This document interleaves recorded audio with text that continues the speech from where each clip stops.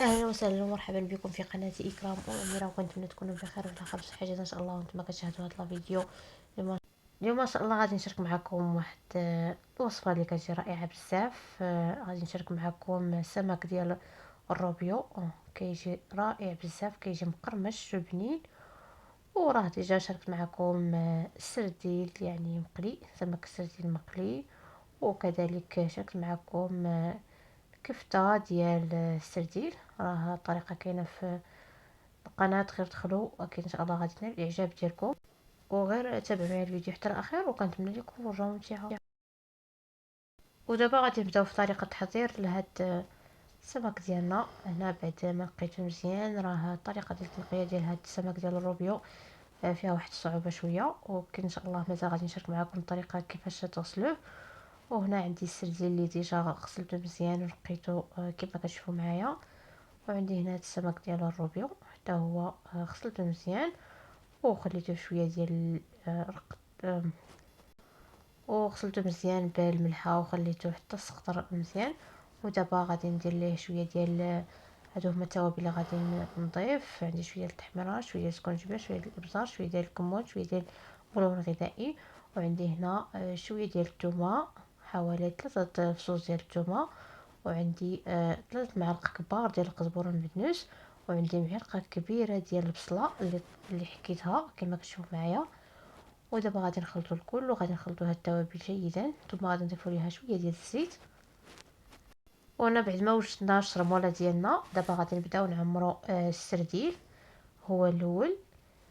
وهنا داك غير ما غاديش هاد السمك ديال الروبيو ما غادي نديرش هذاك القزبور والمعنوس. غادي ناخذ غير هذوك التوابل صافي. تنبدا غير ندهنو بشويه كما غتشوفوا معايا في الفيديو. الطريقه غادي تكون واضحه اكثر.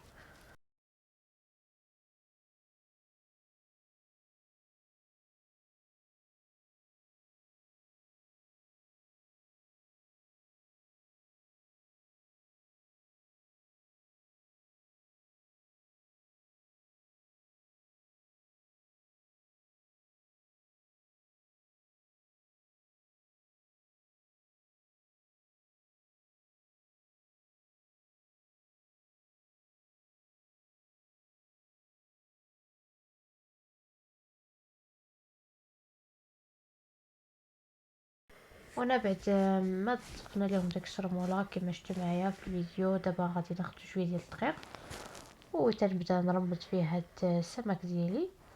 ومباشره غادي نبداو نقليو السمك ديالنا. وهنا راه ديجا درت الزيت ديالي تسخن مزيان. اول حاجه غادي نسبقوها هي هاد السمك ديال الروبيو. وهنا الطريقه ديال القلي راه كل كيعرف كيفاش يقلي السمك، يعني كتجيب لك الجهه وتنقلبوه على الجهه الثانيه باش تخليوه حتى يتحمر مزيان. وصافي وكنحيدو السمك ديالنا، وبهاد الطريقه حتى نساليو داك الكميه اللي عندنا.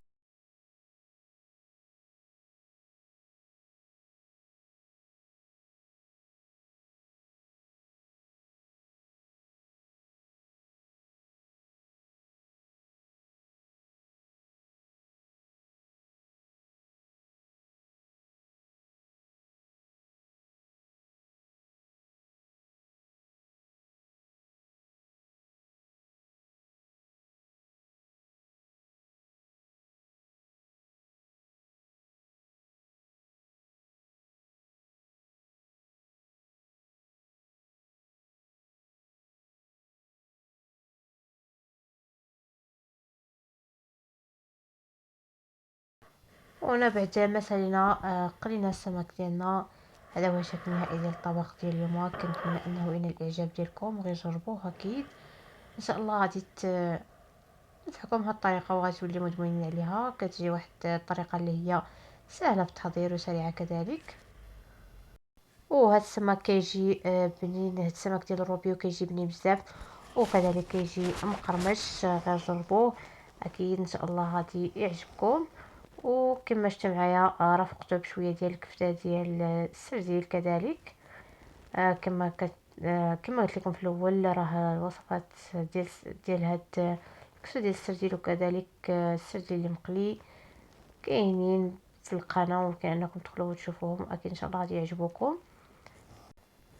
واي نوع من السمك لابد اننا نشاركو معاه السمك ديال السردين. انا بعدا كيحمسني السردين بزاف. المهم هنا بلا ما نطول عليكم، ما تنساونيش من لايك الفيديو والاشتراك في القناه الا مازال مشتركينش، مع تفعيل الجرس باش دايما توصلوا بجديد الوصفات ديالي. دمتم في رعايه الله وحفظه، ومع السلامه.